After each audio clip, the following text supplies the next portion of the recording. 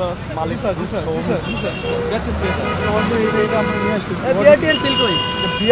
এই যে এই ভাড়া কই থেকে পেলেন? আরে শুনেন, শুনেন, আপনি যেটা আমাকে দেখাচ্ছেন এটা হলো বাস মিলিবাস গ্রুপ বা আপনাদের যে সমিতি ওইটা, এটা কোনো বিআরটিসি না বা বিআরটি এর মনোনীত কোনো লিস্ট না।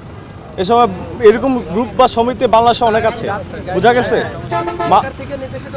যেটা হলো আপনার বিআরটিসি, যেটা ঢাকার থেকে যেটা এবং কয়েকটা বাস স্ট্যান্ড থেকে যেখানে বলা হয়েছে, ওইগুলো কয়েকটা বাস স্ট্যান্ডে 3-4টা এরকম পার্টিকুলার লিস্ট আছে, ওইখান থেকে দরকার হলে আমাকে দেখান। মালিক গ্রুপ সমিতির এসব ভাড়ার লিস্ট দেখে আমি পারবো না আপনাকে জাজ করতে বা ইয়া করতে।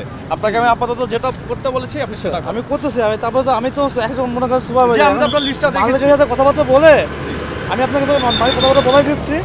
না, কথা বলা কি, আমি তো বলেই দিছি কি করতে হবে। হ্যাঁ, আপনি বলে দিয়েছেন। এখন বিষয়টা কি জানেন, এখন মালিক মালিকের সাথে কথাবার্তা বলতেছি, বলে পরে আমি আপনাকে তো আমি বলেছি করতে, তাই না? তাইলে আর কোনো ডাউট আছে? না কোনো ডাউটটা থাকলে যান প্লিজ।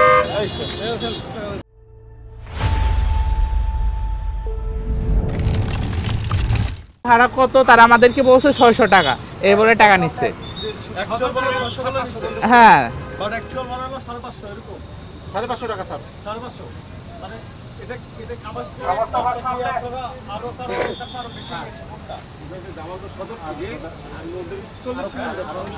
ভাড়া কম কিন্তু 550 ঠিক আছে। তুমি যেখান থেকে বলছো 550 টাকা ভাড়া, তুমি জামালপুর সদর থেকে যেখানে হচ্ছে সেখানে হচ্ছে 8 কিলোমিটার দূরে।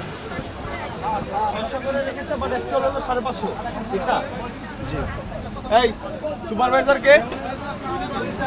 এই ফজলুল, সুপারভাইজার কে?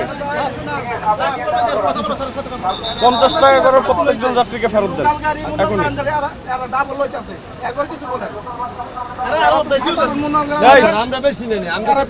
আপনি আমাকে কাউন্ট করে বলেন এখানে টোটাল বাসে যাত্রী কতজন, ঠিক আছে?